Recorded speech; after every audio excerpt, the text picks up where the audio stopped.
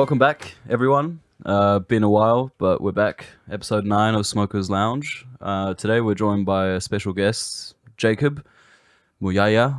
You got it right. There we go. So today we are going to be interviewing Jacob. He just moved to Wood Green Halls, which is where we currently all live. We've known Jacob for what, 3 months now? Yeah, just about 3 months, I'd say. Yeah. When was the first time we met? Maybe on the second week of me being here, like after I showed up to like the little smoking shed. Yeah. And I pulled up and I was like, yo, what's up? Yeah. Because I remember, like, I think we started really talking after that one night. I got absolutely hammered at one of the pubs, I think. We'd spoken a few times before that. Yeah. And then I think Amal and Julia told me about your film. Yeah. And then I was like, really? Is it that good? Because Amal and Julia are very high critique. I was telling you that as well. Yeah. I was like, man, if Julia, let alone Amal, Yeah. is telling me to watch what you just made, I was like, okay, I've got to see this. And then you showed it to me, and I was like, whoa, this is amazing. This is really cool. And do you want to explain what that was and what it was for? Basically, the film was for entry into London Met. I had to do a little bit of a portfolio. I was kind of panicking a little bit because you were going to study film. Yeah, right? yeah, I was going to study film, and I didn't really have that much in my portfolio, so I kind of gathered up whatever I could think of, and one of the films that came up to do the portfolio was one I did in school for my A levels, so that was like the first one out the way. So it was like half the panic gone. And then it came up, like, the deadline was creeping a lot closer. I was like, I've got to put something in the box here. And I basically decided to ask my friend if they want to, like, film something with me. And they're like, yeah, just, do the script and everything, and we'll join in. So I was like, okay, cool. Put the script together. Because I was very short for time, I was like, let's film on the next day. So I stayed up the whole night writing that script, and then moved on to actually filming a few hours later. So that was the outcome. So within maybe 12 hours of making the script, I was already filming, and I made the film, directed it, wrote it. And it wasn't completely finished. It was still very much a beta, I'd say. But then, I sent it in and they accepted it. I got my place.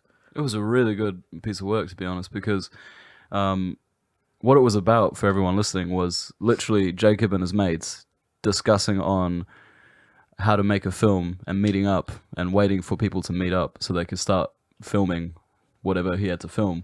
But he ended up making that in itself a film, and it was really cool because he had like techniques that were like really, really quite impressive for someone that didn't, what you've told me, you're not as well versed in the film world in terms of like terminology, filmmakers and all that.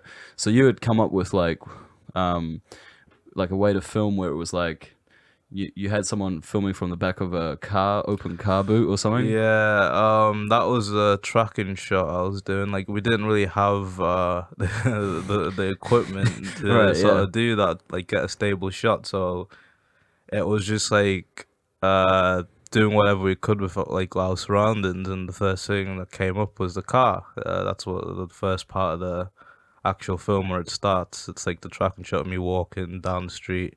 And that was with someone in the boot of a car filming with the camera. It was really good because it came out really well. It came out really steady, and like it gave the whole like different type of angle. But also the what was it? The segues? Not the segues. I don't know. I'm not really that good. Oh, transitions. Transitions. Yeah, they were really cool as well. Really smooth. I love the one where I think it was at the park, and like it cuts to your mate who's like in the car driving up to where you guys are sitting on the bench. Yeah. It's really cool, really cool. Yeah. There's a lot of shots like that. I thought to use those kind of shots to sort of make it a bit more interesting, because it kind of makes the story pop a little bit more. And it keeps you stuck to the screen a little bit when you've got like some really good transitions in there. So I threw as many transitions as I could learn within within the amount of time I had to edit that little piece of work. No, it came out really well because I mean, it was such a simple idea. Hey, let's just film us getting ready to film something for my university, and in Yeah, the end, it just turned out to be something way cooler than that. And if you know, and we're all waiting for something to happen, but then that's when it stops. And it was really cool. It was really yeah. original. Really, no wonder they accepted it. I'm actually going to ask you right now. Would you be up for like maybe letting us put it on the website or something, giving you credit and Yeah, stuff? sure. Because I think Yeah, it's really worth getting out, like giving that some exposure, just because your techniques yeah, and sure. originality there was really cool. Yeah, more than fun, like putting that on the website. I mean, I've got another one that I did previously with the same group of people. I haven't shown you yet. I'll have to try and find it, but it's like it's a lot more comical. It was like just done. It was very similar, but there was no script or direction to the last one we did before that. It was just like, okay, let's get a camera out and start filming. Right. And we filmed whatever we could or whatever we thought of at the time. And it came out pretty comical because it you either understand it or you don't. So, but there was meant to be a part two to it, but Yeah. we never got around to doing that. That's really cool. Like, I mean, just the fact that you were able to do that. Was that during a gap year, or was this during a gap year, or? No, that was I think the first film I shot with the same people was like just after we left college or Okay. left sixth form even.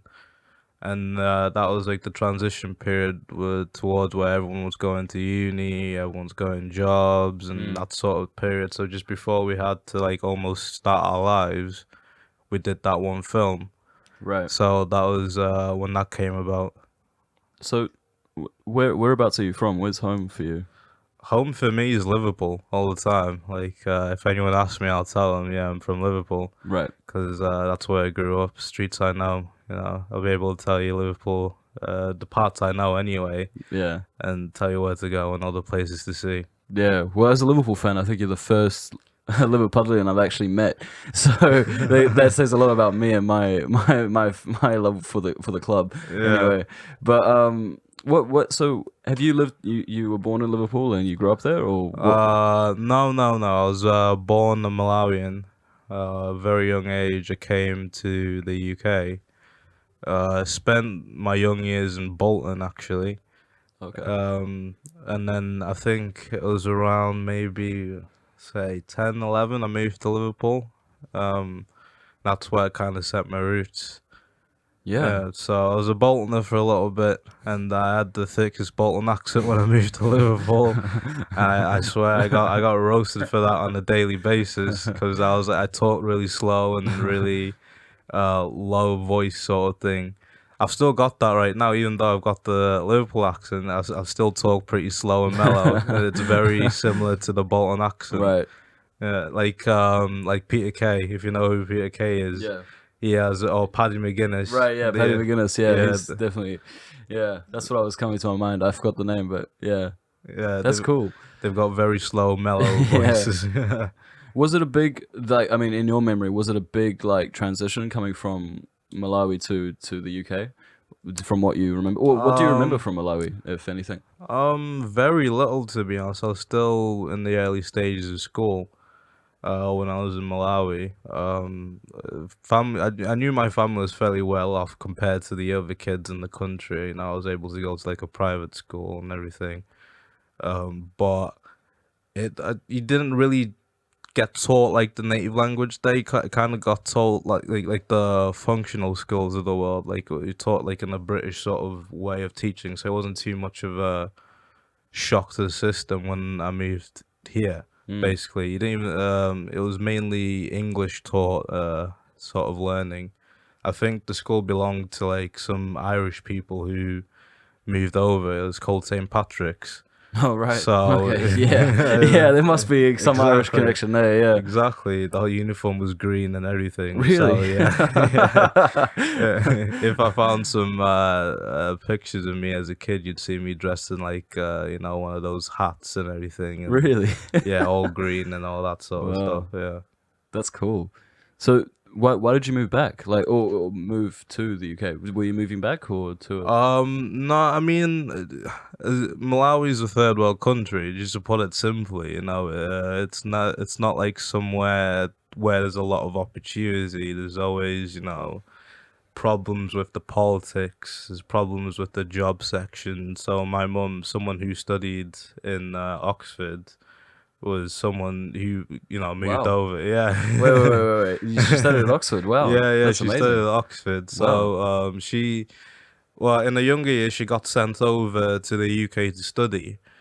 And then she came back and she had me while she was back in Malawi. So that's where she met my dad as well. She realized the benefits of living in a first world country compared to back home. So that's why Right. she brought me over, because so that was like clearly more opportunity Yeah. for whatever direction I wanted to go. Yeah. Usually in an environment like that, the options you've got is either a doctor or an engineer. That's it. You know Yeah. what I mean? Yeah. I do well, I've got very little knowledge of Africa in general, but I do actually know Malawi as a country more than I do of, like, let's say, like, I don't know, any other country in that area, because it's in West Africa, isn't it? No, it's It's actually not. Southern Africa. Sorry, yeah, it's next to near It's near South Africa and Tanzania Tanzania, and Mozambique. Mozambique. Yeah. Sorry, I've got, yeah. There you Yeah, go. it's So there you go. all That's my knowledge of yeah. the region. But because I had a in my school in Belgium, there was we had advisory it was called. It was like, like you had all your other classes that changed and it was part of your schedule, but you had like the central group of people that you were put into for like 3 years, and you had like a mentor basically, or an advisor, and she would be the person that would look after you if you had any questions and stuff like that. Kind of like what you have like at uni now with a personal tutor, but you always had about, I think, 20 minutes with your whole group in advisory. And she was very big on Malawi, because she volunteered for a charity that would actually always was spreading awareness about like building schools and stuff in Malawi and stuff, which was quite interesting for me, because I really didn't know anything about, well, I still don't really know anything about Africa, but Malawi was one of those countries where I always kind of knew about, but it was really just something that was there, I mean, from my understanding as a kid from seeing a third world country, it's fairly I got the more privileged side of it, so I kind of my sort of gaze of looking back is a bit more like looking through rose-tinted glasses. Right.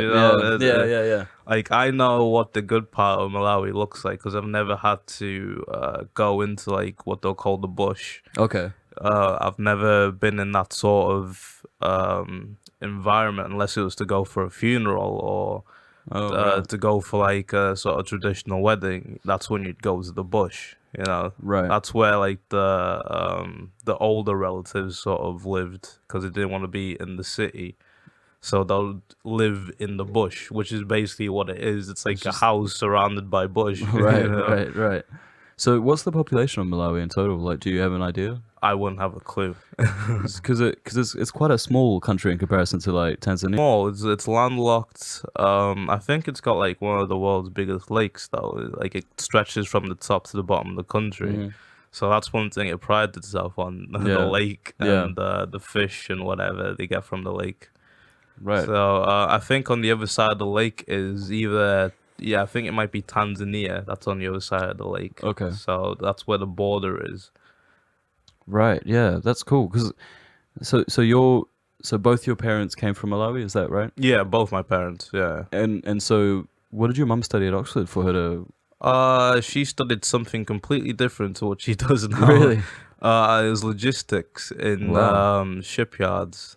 Wow. Okay. She did that logistics, and then I don't know, somewhere along the road, she just decided she wanted to become a nurse. Oh wow. So I was like, oh, okay, yeah. I mean, like, people change, so you can't complain about that. But yeah, she kind of left that sort of past there. I've never asked her why, but she kind of left that behind for nursing. Interesting. Wow. Yeah. Well, she's on the front lines now with Yeah, this she whole is. She is. coronavirus. I mean, she does more mental health than actual what's it called? Like working on people. She does the more mental health sort of side, but then she still works in the hospital. So she's still going there every other day for work and everything. That's yeah. Must be a bit. I mean, is it? Has she told you? Has it been like a bit of a change? Because I mean, we've had conversations now and again about your mum and what she's told you and stuff, which sounds pretty cool. Like that. Yeah. You told me. So he told me about how so his mum is part of her job is to screen people for whether or not they actually have a mental health disease, and she gave him advice on how like why don't you tell everyone what the advice is for whether or not you're actually mentally screwed up in the head kind of Yeah. thing. So It's quite cool. in this scenario, I think it was only a couple of months ago, and she went to the police station because people show up there, claiming they're mentally ill. In this case, it was a man who had been missing for I think 2 weeks. He was reported missing by his wife, and they found him in a hotel room with like a woman and some coke on the floor. Jesus. So basically, he sort of pleaded to like he couldn't remember anything. It was he was sort of delirious and the usual cases you'd expect from someone who's struggling with mental health. So she had to go to the police station to review this man to see if he was truly mentally ill. So what she did was basically it's her and her partner, and they get like an interview room, and they sit him down. They ask him just tell us a story. Like they ask him like, so how'd you end up here? What's the story from this to this? And then it's basically the story starts from simple, like how did your day start on this day, and how did it plan out? And basically, what she does is she judges whether he can recall anything he said from the start of the story, the middle of the story, or any section of the story. And if they can recall any sort of part of that story, if that story makes sense at all, they're not mentally ill. It's as simple as that, really. But then obviously there's more to it. But that's like one of the easiest telltale signs of realizing this guy is, kind of waffling. Right. Right, because a mentally ill person isn't able to recall certain things from the past. Their stories don't make any sense. It's all over the place. Yeah. So if you can slightly even just recall what you said at the start of the story, even in the middle, it's a good sign that your brain's actually intact and you know what you're talking about. So in the end, anyway, she realized that he was playing it off and he was hiding from his wife because he went on a 2-week bender basically, and he was in debt with his stepdad. Oh right. Yeah. So, okay. Yeah. So there's your. Yeah. So there's Okay. the answer. Wow. Yeah. So he was clearly mentally fine, just had problems that he wanted to pass off as mentally ill problems. Yeah. Yeah. I can see why she'd want to go from logistics to something like that because that's quite fascinating, I guess. Yeah. Yeah. It must be a little bit difficult at times though for her though, right? Like, she's got to deal with a lot of difficult individuals, especially if they are actually mentally ill. She right? tells me about those difficult individuals, but then she's a tough person. Like she's just really really tough-minded. Like she'll tell you how it is. Like she, I mean, she cuts out the bullshit in anything. She's very strong-minded and knows what she wants. So I'm not worried about her one bit. Right, She barely worries about me unless I come to her and say, I've got a problem with something, and then she'll kind of explain it to me and tell me what to do and in those sort of situations. But then she's very articulated and knows what she wants, basically. Understandably. I mean, that's quite a story she's got. Yeah. That's cool. But going back to your story, so you were in Malawi for how long? Just to put it in perspective. I think from birth until I was about 5-6 years old. Okay. That's when I left. Okay. but I still have few memories here Mm. and there of like, what my grandparents look like, what the Mm. house looks Mm. like, and what certain parts of the city look like. Mm. I don't know if it's still exactly the same. Yeah. I doubt it's changed all that much. But then uh, I still remember few glimpses of my life here and there whilst I was there. Would you ever go back to visit?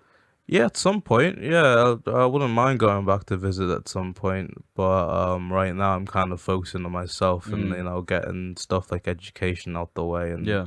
sort of putting on the foundation for myself before I can say to myself, yeah, let's go back and Check it out. reconnect, yeah, with people that haven't seen me in however many years it's been. That'd be an amazing story. Go back and they see, oh God, that's Jacob now. Yeah. Hey, those Irish Irish tights. Can't believe he fit in those. You know, Oh like, man, no chance now. yeah. Maybe get a toe in or something. So then you went to Liverpool. Mm. So what happened there? Did you was it very different to Bolton? Because I've never really been to Bolton or Liverpool. So Bolton's sort of like a small town sort of environment, like almost like a village, but big enough to be like a town. You know what I mean? Um, it ha- yeah, it's very town-minded mentality. Like everything sort of stays there. From what I remember, anyway, there was a big divide between the communities. Like there was the Pakistani community over here, and then you had the very nationalist British community on one side, and they always tended to clash, mm, regardless of what it was over. That's one thing I do remember about Bolton. Education's not really taken all that seriously down there. Even if you went to like a really good school, a lot of the kids down there don't really give a shit, man. Like really, it's just that kind of environment that like pushes you to think in that sort of way. It's I'd say it has some similar aspects to Liverpool and like the city sort of thing, city sort of vibe, but it's a very dead end environment if I have to right? be honest. Yeah. So how long were you there for? Like, I'd say until I was about 13, 14, I was there. Like, my mum sort of clicked again, like, this isn't a place for opportunity. right, right. Like, we need to move. And Liverpool was like, we had family there and Oh, everything. And okay. they're like, the school's actually pretty good here. There's so much more opportunity. It's a city, Mm, mm, that sort mm. of thing. So, Liverpool is like the next sort of move for my mum anyway. And What was she doing in Bolton? Just out of interest. she was doing nursing in Nursing Bolton. in Bolton. Yeah, she was still doing nursing in Bolton. But Bolton's just a lot smaller, Yeah, man. It's yeah. just yeah, it's just such a small place. Um, yeah, I had a good time whilst I was there, but at the same time, I can't. It took me like a little bit to understand why, because you're in that sort of young age, young mind, Yeah. you don't fully understand why we completely moving from the place where we kind of set foundations. Like this is the only place I know to move into Liverpool. Like it was like a new place, new people, new school sort of vibe. So as I got older, like now I fully understand why she moved me from those places because she wanted like more for me. So I kind of appreciate it now more so than when I was at that age of 30. I kind of rebelled Yeah. a little bit. Like when I got to the school, I kind of like got into the crowd of people who were like they were very friendly people, but these were the same people that would get up to some shit like after Right. school. You know what I Yeah. mean? They'll get Yeah. their hoodies up and be like, "Oh yeah, we're just gonna chill in the corner." Chill in the corner would turn into like doing something a little bit on the legal side, if I have to put it that way. Yeah, from being in Bolton, you don't really get stopped by the police all that much, but Liverpool, like if you're in the crowd of a few, bro, it's yeah, the police is gonna be on your case, man. That's one thing I learned. I Yeah. think talking to police as well kind of like matured me a lot quicker because the police really wants to be on your case, and you've got to know how to talk to them the right way in order for them to like sort of go away. Say we're not doing anything, we're just here chilling. We live like around the corner, that sort of thing. Like making them sort of calm down about the whole situation. Like Right. we've not really done anything. We're just outside, Yeah. sort of thing. But then at the same thing, kids down the street might just be saying the same thing, but they're doing something way worse than we are, like Yeah. spray painting the side of the wall Yeah. or Right. whatever it Mm. is. So Liverpool, Liverpool's a very weird place. Yeah. Yeah. That's cool because I've always wanted to visit. So I no, mean, yeah, the side of Liverpool I know is both the touristy side and the actual residential side of Liverpool. Like I know more the residential side than the touristy side. yeah. I guess that's normal as well. Like, Yeah, I yeah, mean, London, right? I yeah. I haven't done anything touristy, but I've know pretty much everywhere else. Yeah, But yeah, I get what you mean.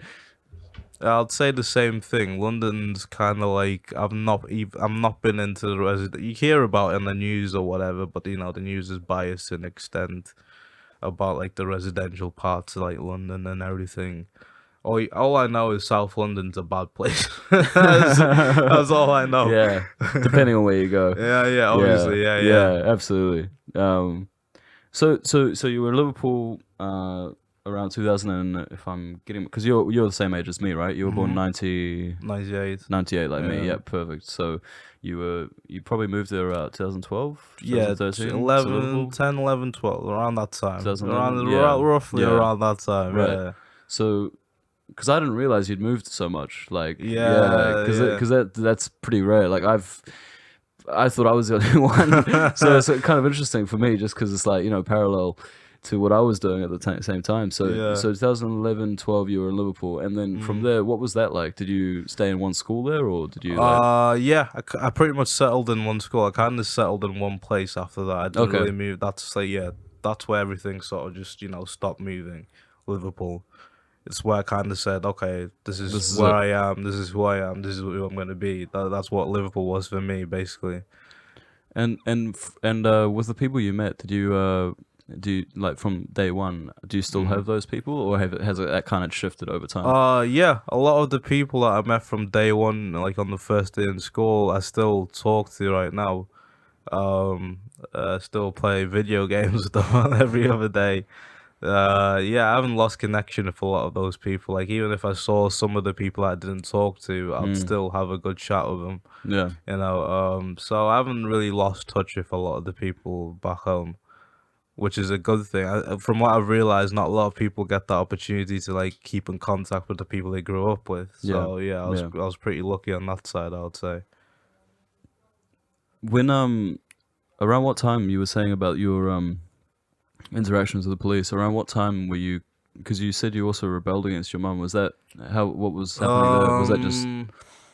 I think it was the whole thing about moving so much. Like I was still a bit gut wrenched about moving from Bolton to Liverpool. I was like, why did we move from the like, oh, we've left my friends and all this sort of thing or whatever. But I was just a bit naive at the time. Yeah, You were just a kid, I guess. Yeah. Only child as well, right? Yeah, eldest child or whatever. I was meant to be setting the example technically, but I was the one staying out all night and everything from like 14 and onwards. Yeah. But yeah, I sort of straightened out like around, I'd say 16, 17. Like that's when I'd say I probably got like bit of a wake up call that I need to start like sorting my life out and focusing on school.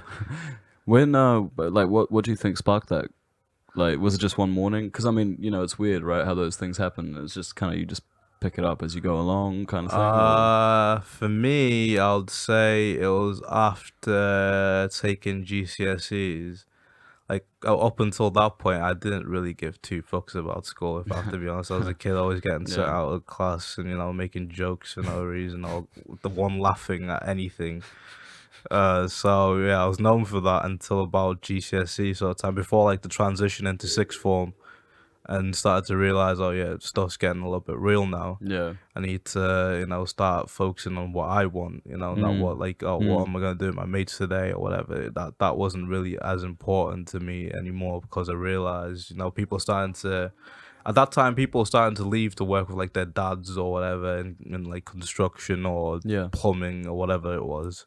So I was like, okay, I need to sort myself out here. So around sixth form, I kind of straightened out a little bit. I was still a little bit on the naughty side, but Yeah. a lot less than it was Yeah. when I first started school.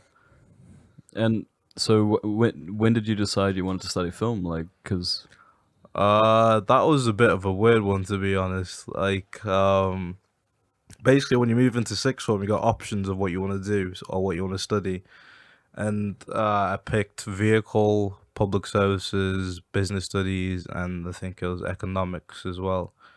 So I did all of those, and the lesson I look forward to was film studies because you didn't really have the teacher telling you what to do. She was just like kind of like, okay, here's a camera, go around the school, film what you want, or film what she'll just give you like a sort of basis of what to film and like tick the boxes off, and you bring it back to her, and then the next day you like edit or whatever it was. So that was like the lesson I kind of look forward to, and uh, as a fun sort of thing to do. But in the aspect of everything else, I didn't really see it as something going forward with it. And at the time, yeah. I was still very into my mechanics at the time. I was still into vehicle and everything. That was more what I look forward to. So mechanics, I mean, that's an interesting choice. Were you planning on doing that as like, for life, or was that like a thing Uh, to sort your mind out for while you thought about things? it was a bit of a weird one. Basically, at the end of sixth form, if you won't go into university, you got like not an invigilate, like someone who'd come in and tell you what direction you should go in. And like basically it was me, all my mates were basically on that table just waiting to get, it was just Yeah. that group of people like, uni, you'd go uni, Yeah. you want to pay that debt, and it's just stupid, naive. Oh man, it's just a group of knobheads, man. But yeah, basically we went in one by one, and then she was like asking me, so what's your passion, what do you want to do yourself?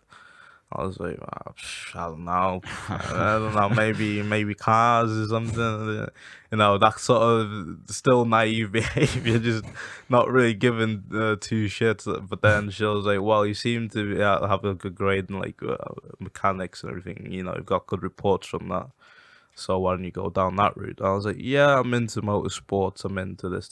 So she was like, okay, here's Liverpool Community College. They're having interviews next week for places for mechanics.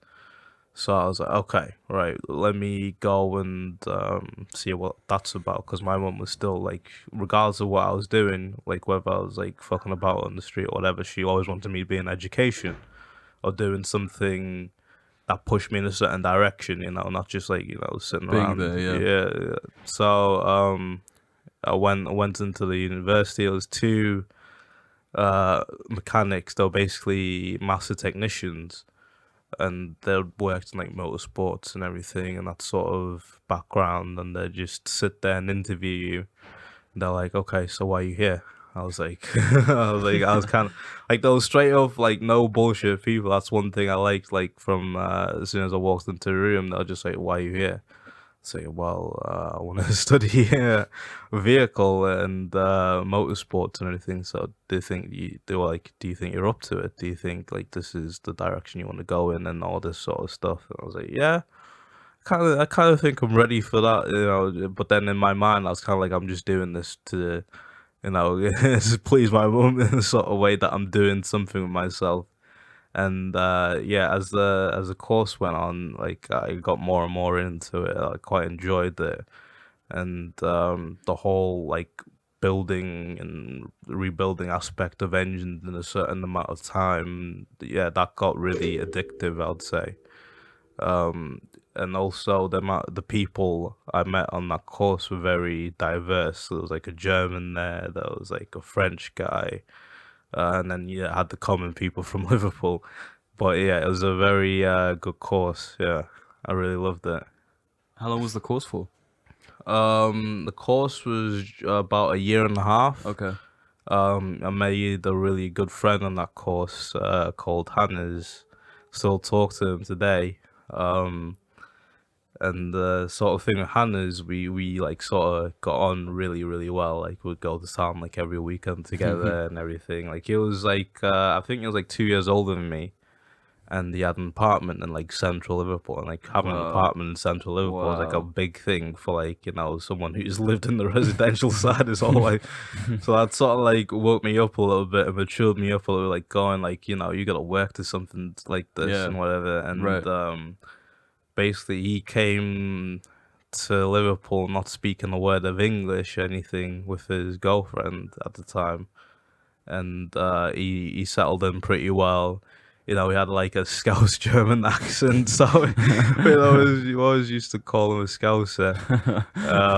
But yeah, he had a really thick, you know, sometimes the thick side of the Liverpool accent would come out, and sometimes the thick side of the German accent would come out, and you know, yeah, he was a great guy. Oh, cool. Yeah, he had this really, really cool apartment and everything. Yeah, it kind of just pushed me to say, all right, you know what you see, you know what you want right now. You want something similar. Now you want to kind of travel and see the world like this guy has. Yeah. You know, and it was a really good wake up call as well. And so this is about 2018, 17, 18. You were doing the course? 2017, 2018, around that time. Yeah. We also started a clothing brand together. Oh wow. We never got to the point to finish it. And yeah, I've never brought this up, like, but we decided to put together a clothing brand. We got like a few people around the city that we knew would be interested. We got like a skater who was skating for like one of the local skate stores. We got like a few people from the college that was studying fashion, which I'm still friends with right now. I made like so many connections whilst doing this. I was basically like, I used the opportunity of me being in college to suss out people I would want to be on this sort of whole project. Yeah. And we sort of worked on it together for like a year. But like I kind of put it on pause up until now because of funding and sort of things. We tried to get funding, but it was really, really difficult. So we kind of say to ourselves, you know, we'll just put it on the side until, you know, we've settled down and everything. Because, you know, Hannah's has moved back to Germany. Okay. Rad's in Newcastle Uni right now studying fashion. So, you know, everyone's got like their hands tied up right now. But it's a project I've got on the side, and Awesome. Hopefully soon enough we'll get it up and running again. That's amazing. That's really cool. Didn't have no idea about that. See, that's what I was telling him, like before the podcast. We're gonna have a moment. We're gonna have moments during this podcast where I'm gonna learn crazy things I'd never, you know, it would never have come up in another setting. So, really cool. Yeah. And so then, how did you get here? Like, what was the point for you to decide? Okay, done with this. I want to go. Basically, it was sort of going from job to job. At one point, like after college, I was really focusing on the fashion aspect, but that wasn't making any money. So like I was in my room like constantly making designs. I've got like hundreds of designs that I've got on my phone. I'll probably show you later. Yeah, please. Yeah. And yeah, my one was just basically like, yeah, you're not making any money here. Like, what are you doing with yourself? Like, I think it was like 2-3 weeks after college. She was like, yeah, you've got to go get yourself a job. And then eventually she was like, you coming to work with me? I was like, what are you talking about? So yeah, you're coming to work with me. So she put me on a HCA course, which was like basically learning how to maintain a hospital and look after people and like all sort of different cases. So like learning how to deal with like resus and all those sort of aspects and EpiPens, and yeah, it's a whole day of just going through all that stuff. But yeah, I did that for like a year, and I was like, I'm not really feeling this, man. And then the mechanic side sort of came in, and then I went into that a little bit. That was another year. Then I realized, you know what? I actually love doing film in school. I have no idea why I left it behind and the sort of thing. It was a bit of like having like an epiphany sort of moment. So I was like, let me go back into creating. And that's where the whole uni thing started, you know, with film. And here I am. That's amazing. Yeah. I feel like we went full circle there. We just went back to how, you know, the whole him creating his portfolio and stuff. Yeah. Cool. How we doing for time? Oh, we just made it. Is that cut off? I think we might. Is that? 40. Whoa. We hit the 40 marks. Incredible. Amazing. Well, we'll bring you back in a few because we got to get you for the film side of things. Yeah. But yeah, anything else you want to add? No, I think I got out what I needed to get out there. Yeah. It was really cool. That was really one of the most fascinating. Honestly, I was did not know what to expect going into this, but got a lot out of it. That's wow. Well, I'm happy I got some good content on the yeah, absolutely. That was really cool. Yeah. Thank you, man. Yeah, that was No awesome. worries, bro. How are you feeling? I'm feeling alright. I mean, you guys were like the whole time, oh, James gonna be there. I was like, I'm ready to go, bro. I was like, I'm ready to drop bombs, yeah, man. Awesome. Yeah, great. Well, thank you, Jacob. We'll get this up and going by Tuesday, I think. Right.